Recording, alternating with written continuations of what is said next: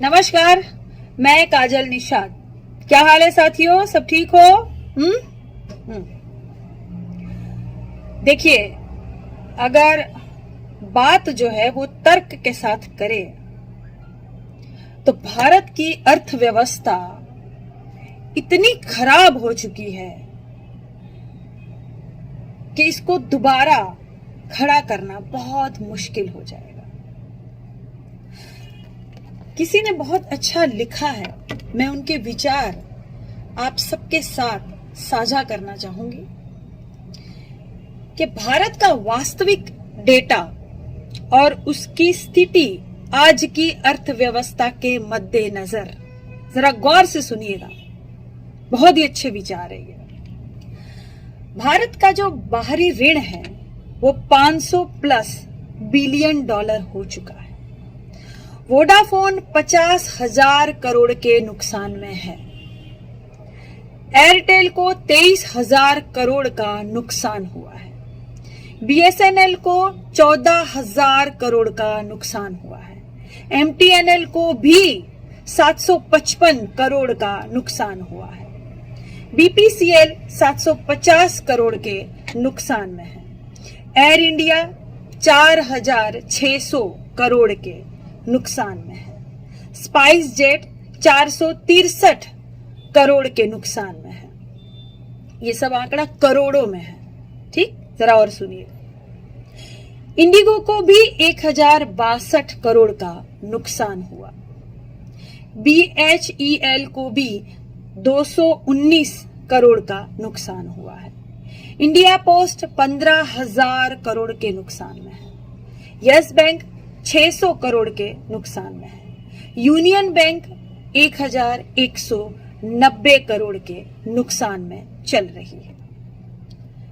PNB bank 4,750 crore के नुकसान में। एक्सिस बैंक को भी 112 करोड़ का नुकसान हुआ है। वीडियोकॉन दिवालिया हो चुका है। एयरसेल और डोकोमो मर चुके हैं।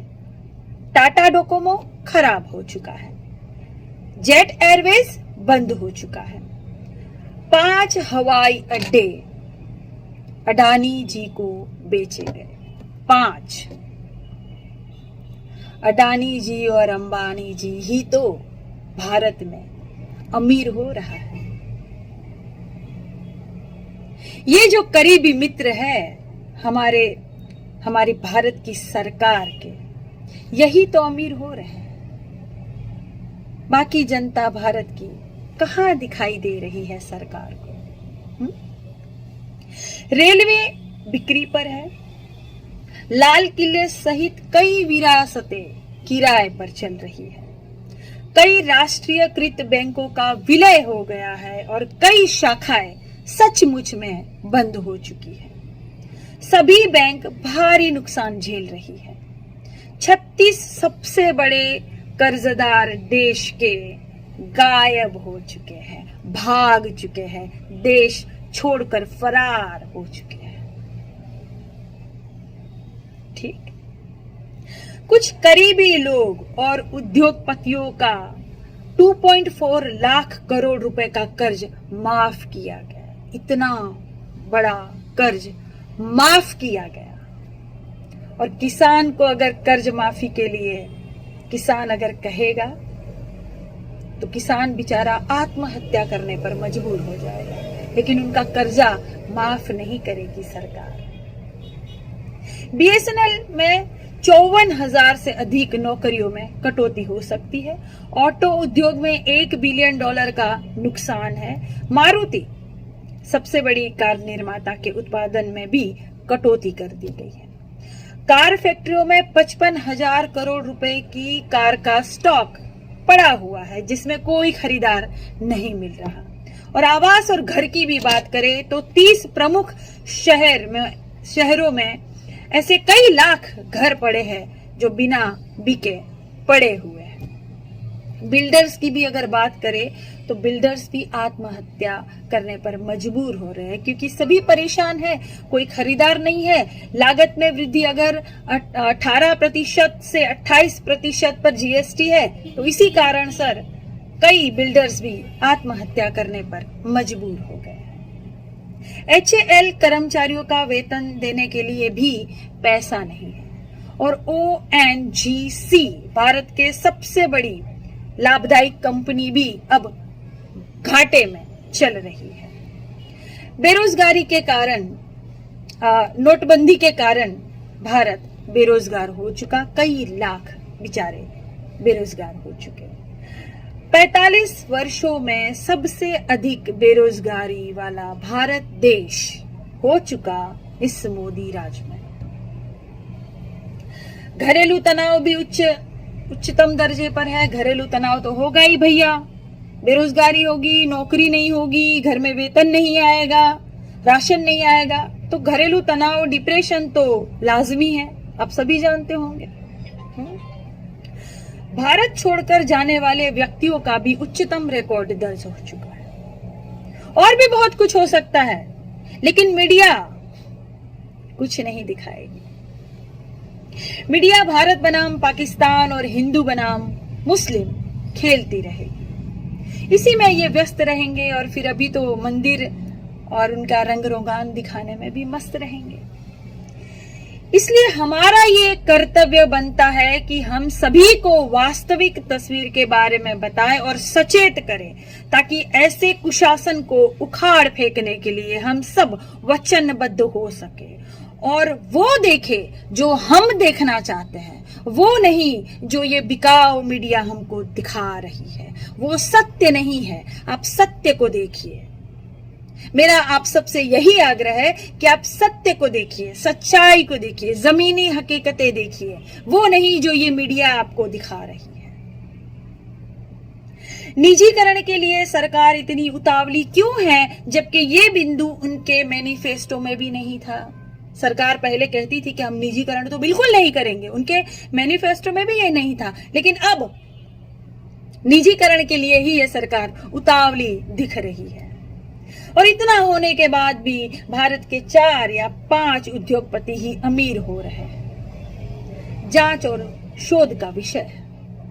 सब ठेका अगर विदेशियों और अंबानी अडानी को ही मिल जाएगा, तो बाकी भारत के जो सक्षम लोग हैं जिनको ठेका देना चाहिए, वो लोग क्या सिर्फ थाली और ताली बजाएंगे? ये विचार करने योग्य विचार है। नींद से जागो, देश मुट्ठी भर लोगों के ही जागीर बनता जा रहा है, बाकी सब गरीब होते जा रहे। सिर्फ अंबानी अडानी जैसे कुछ लोग ही भारत देश में अमीर हैं, सुविधाओं से लैस, ये बिल्कुल अपना जीवन बहुत अच्छे से व्यतीत कर रहे हैं और बाकी भारत की जनता बर्बाद हो रही है। सोचिए इस बारे में। चुनी हुई सरकार का क्या काम है? क्या वो यही काम कर रही है जिसके लिए आपने उनको चुना था? क्या आपने सरकार सिर्फ और सिर्फ अपनी बर्बादी के लिए ही चुना था? क्या आपने सरकार खुद को बेरोजगार होने के लिए चुना था? आप सोचिए, जरा विचार कीजिए कि आपने सरकार किस लिए चुनी थी, किस लिए इतना स्नेह, प्यार, आशीर्वाद, सहयोग आपने सरकार को दिया था?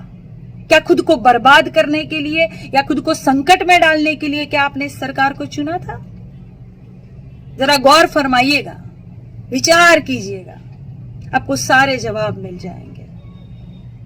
मौजूदा भारत की जो हालत अगर आप देखेंगे ना गौर से, तो आपको सारे जवाब मिल जाएंगे कि आपने सरकार को किस लिए चुना था।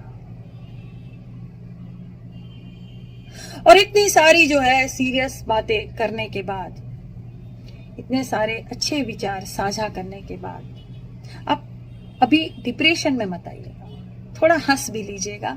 देखिए क्या है कि टेंशन और डिप्रेशन तो चारों तरफ फैला हुआ है, कोरोना के कारण फैला हुआ है, तो इसमें आप बिल्कुल सीरियस मत हो जाइएगा। हास्य कहीं से भी मिलता है, मैं कहती हूँ, तो थोड़ा हंस भी लीजिएगा, ठीक है? और मैं हूं ना आपको हंसाने के लिए। तो आज एक और बात मैं आपसे साझा करूंगी, एक अच्छा सा चुटकुला सुना देती हूँ।